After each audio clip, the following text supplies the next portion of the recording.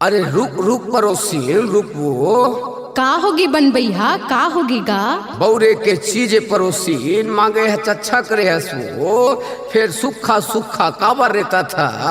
काला कई थस बन भैया पड़ोसी इन मोटरसाइकिल चलाबे तब पेट्रोल लगथे वो ट्रैक्टर चलाबे तब डीजल और गाड़ी बैला में अंडी तेल लगथे मंडली ऐसे का ओला कामा और कैसे डारथेगा नहीं जानत तो सुन वो बतावत हूँ ले बता देगा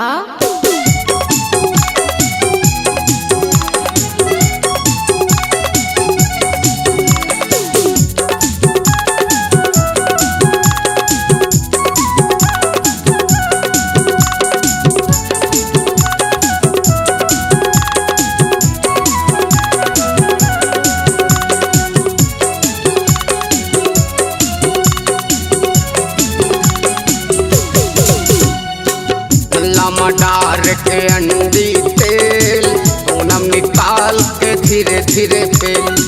गल्ला मडार के अंडी तेल पूनम निकाल के धीरे धीरे फेल धीरे धीरे फेल कैठो धीरे धीरे फेल धीरे धीरे फेल कैठो धीरे धीरे फेल नल्लामा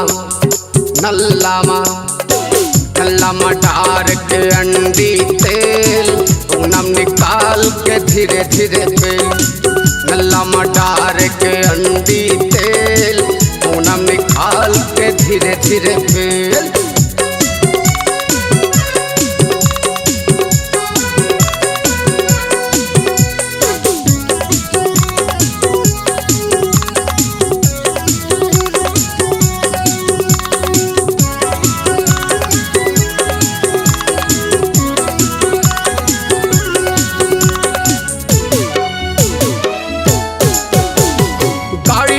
नहीं होवे किसानी के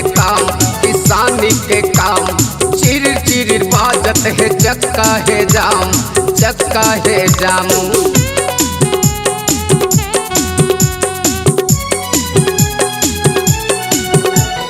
गाड़ी बिना नहीं होवे किसानी के काम चिर चिर बाजत है चक्का है जाम बात मोर मान छन करना अपील बात मोर मान छन करना अपील नल्लामा डार के अंडी तेल पूनम निकाल के धीरे धीरे फेल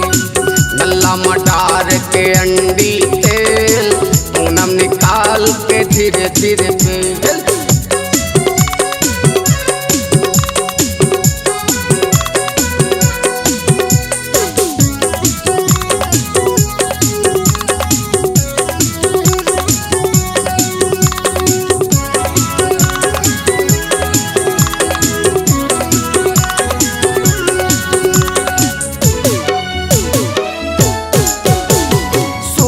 चलई मावो असकुर खियाही नहीं माने बात वो गुर्दा उसल जाही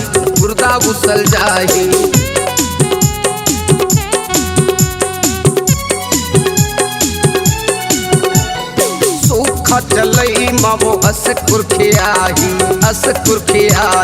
नहीं माने बात वो गुर्दा उसल जाही बात मोर मान छन करना अपील बात मोर मान छन करना अपील नल्लामा डार के अंडी तेल पूनम निकाल के धीरे धीरे फेल नल्लामा डार के अंडी तेल पूनम निकाल के धीरे धीरे फेल धीरे धीरे फेल कैठो धीरे धीरे फेल धीरे धीरे फेल कैठो धीरे धीरे फेल नल्लामा